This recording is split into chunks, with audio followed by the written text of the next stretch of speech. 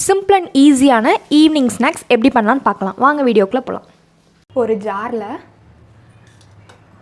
ஒரு பெரிய வெங்காயம் சேர்த்துக்கலாம்.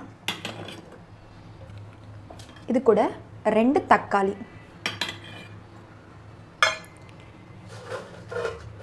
இது கூடயே ஒரு 4 வரமிளகாய் சேர்த்துக்கலாம். நீங்கள் காரத்துக்கு தகுந்த மாதிரி சேர்த்துக்கோங்க. இது கூட 4லேருந்து 5 கொத்து கருவேப்பிலை. இது கூட தேவையான அளவு உப்பு சேர்த்துக்கலாம். இப்போ இதை நம்ம நல்லா அரைச்சி எடுத்துக்கலாம். ஒரு கடாயில் 1 ஸ்பூன் எண்ணெய் ஊற்றிக்கலாம். எண்ணெய் சூடாயிடுச்சு. இப்போ இது கூட கடுகு உளுந்து சேர்த்துக்கலாம்.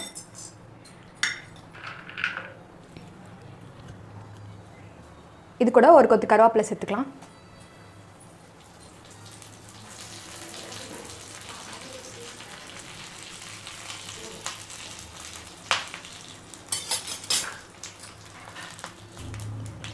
இது கூட 2 பச்சை மிளகாய் நறுக்கி வச்சுருக்கேன், சேர்த்துக்கலாம். இந்த மாதிரி குட்டி குட்டியாக நறுக்கி வச்சுக்கோங்க. இது கூட ஒரு பெரிய வெங்காயம் நல்லா நைஸாக நறுக்கி வச்சுருக்கேன், அதே இது கூட சேர்த்துக்கலாம். சேர்த்து நல்லா வதக்கிக்கலாம். இப்போது நல்லா வதங்கிடுச்சு. நம்ம ஸ்டவ் ஆஃப் பண்ணிக்கலாம். இப்போது இட்லி மாவு எடுத்து வச்சுருக்கேன். இப்போ இது கூட நம்ம வதக்கி வச்சுருக்க வெங்காயத்தை சேர்த்துக்கலாம். இப்போ நம்ம நல்லா மிக்ஸ் பண்ணிக்கலாம். தண்ணிலாம் எதுவும் சேர்க்காதீங்க. இப்போது நல்லா மிக்ஸ் பண்ணியாச்சு. இப்போ இது கூட கொஞ்சமாக உப்பு சேர்த்துக்கலாம். அதே கடாயில் 1 ஸ்பூன் எண்ணெய் ஊற்றிக்கலாம். எண்ணெய் சூடாகட்டும். எண்ணெய் சூடாயிடுச்சு. இப்போ இது கூட கடுகு உளுந்து சேர்த்துக்கலாம். இப்போ இது கூட அரைச்சி வச்சுருக்க சட்னியையும் சேர்த்துக்கலாம். சேர்த்து நல்லா வதக்கி விட்டுக்கோங்க.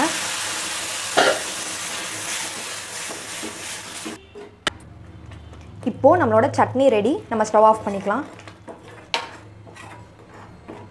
கல் சூடாயிடுச்சு. இப்போ இது கூட நம்ம எண்ணெய் சேர்த்துக்கலாம்.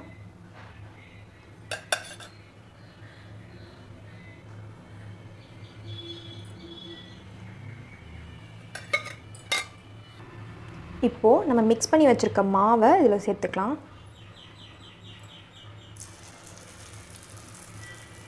சிம்லே வச்சுக்கோங்க.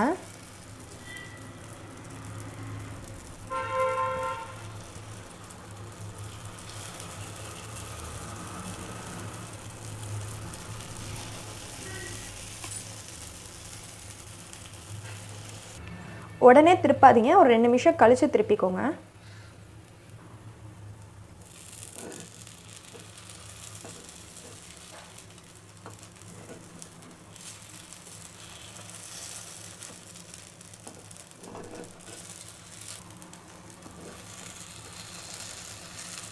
நீங்கள் ஸ்பூன் வச்சும் கூட திருப்பிக்கலாம்.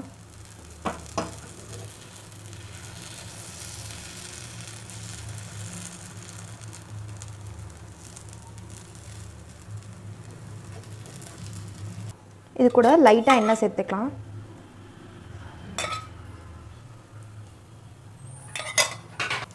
இப்போது நல்லா வெந்துடுச்சு. இப்போ இதை நம்ம வெளில எடுத்துக்கலாம்.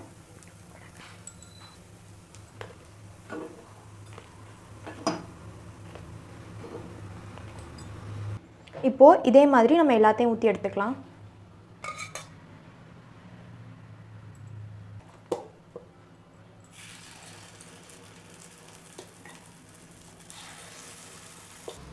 ஃபைனலி நம்மளோட டேஸ்டியான குழிப்பணியாரம் ரெடி.